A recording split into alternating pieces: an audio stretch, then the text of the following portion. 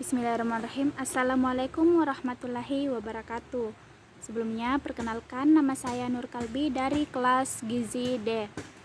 Baiklah, langsung saja saya akan menjelaskan kembali materi kelompok saya tentang indera pembau atau yang biasa kita kenal dengan hidung.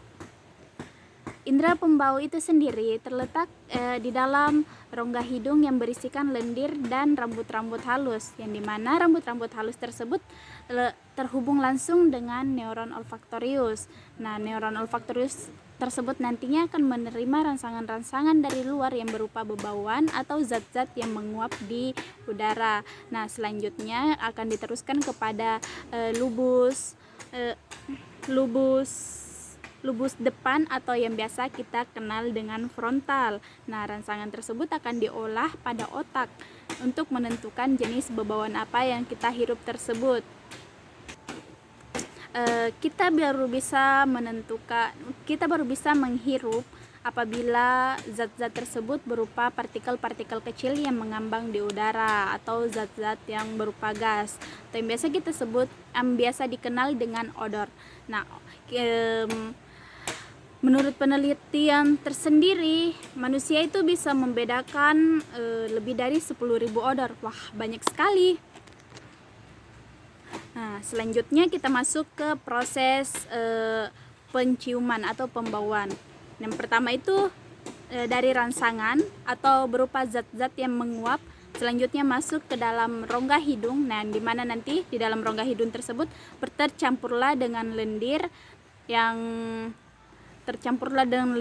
dan rambut-rambut halus, yang dimana seperti setelah saya jelaskan tadi, rambut-rambut halus tersebut telah terhubung langsung dengan neuron olfaktorius. Nah, selanjutnya dari neuron olfaktorius maka diteruskanlah ke sistem saraf pusat.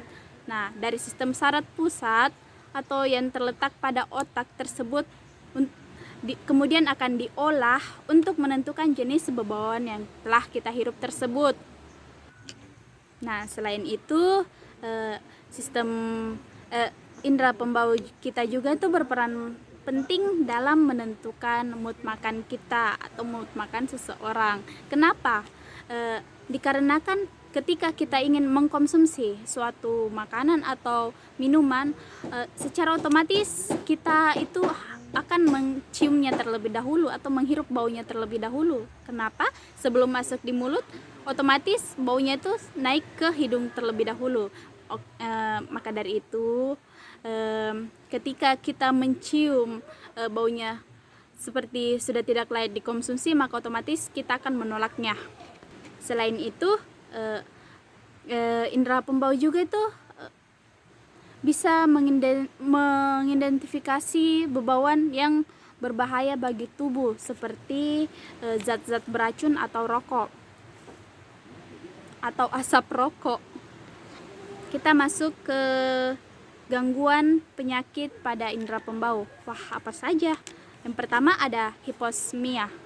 Nah, hiposmia itu menurunnya kemampuan seseorang untuk mencium bau dikarenakan terjadinya cedera ringan pada kepala, bisa juga karena alergi atau infeksi saluran pernafasan. Yang kedua ada anosmia. Anosmia hilangnya kemampuan kita dalam mencium sesuatu. Yang berbeda dengan hiposmia, kalau hiposmia kan indera pembau kita itu hanya berkurang. Nah, kalau anosmia ini indera pembau kita itu sudah hilang. Masuk selanjutnya yang ketiga ada mimisan. Nah, mimisan adalah penyakit umum yang biasa kita kenal. Yang biasa kita kenal ketika terjadinya pendarahan pada hidung. Nah, kenapa mimisan bisa terjadi?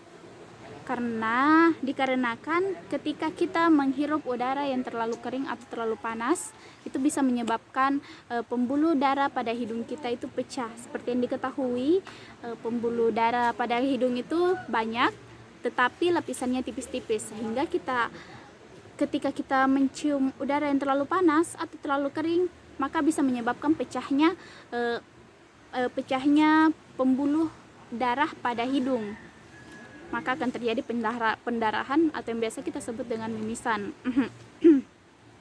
Selain itu bisa juga diakibatkan karena kita terlalu sering mengkorek hidung, atau juga bisa karena alergi. Selanjutnya ada rinitis. Selain rinitis ada influenza. Influenza sendiri juga adalah penyakit umum yang disebabkan oleh virus. Selain influenza ada polip hidung, ada sinusitis, ada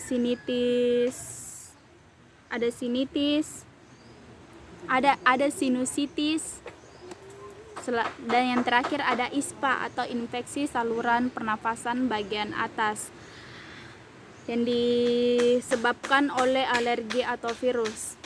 Oke, sekian pembahasan materi dari saya. Kurang dan lebihnya mohon dimaafkan karena saya sendiri juga adalah manusia biasa. Mohon maaf jika kata-katanya belepotan atau tidak tersusun. Akhir kata, wabillahi taufik wa hidayah. Wassalamualaikum warahmatullahi wabarakatuh. Terima kasih.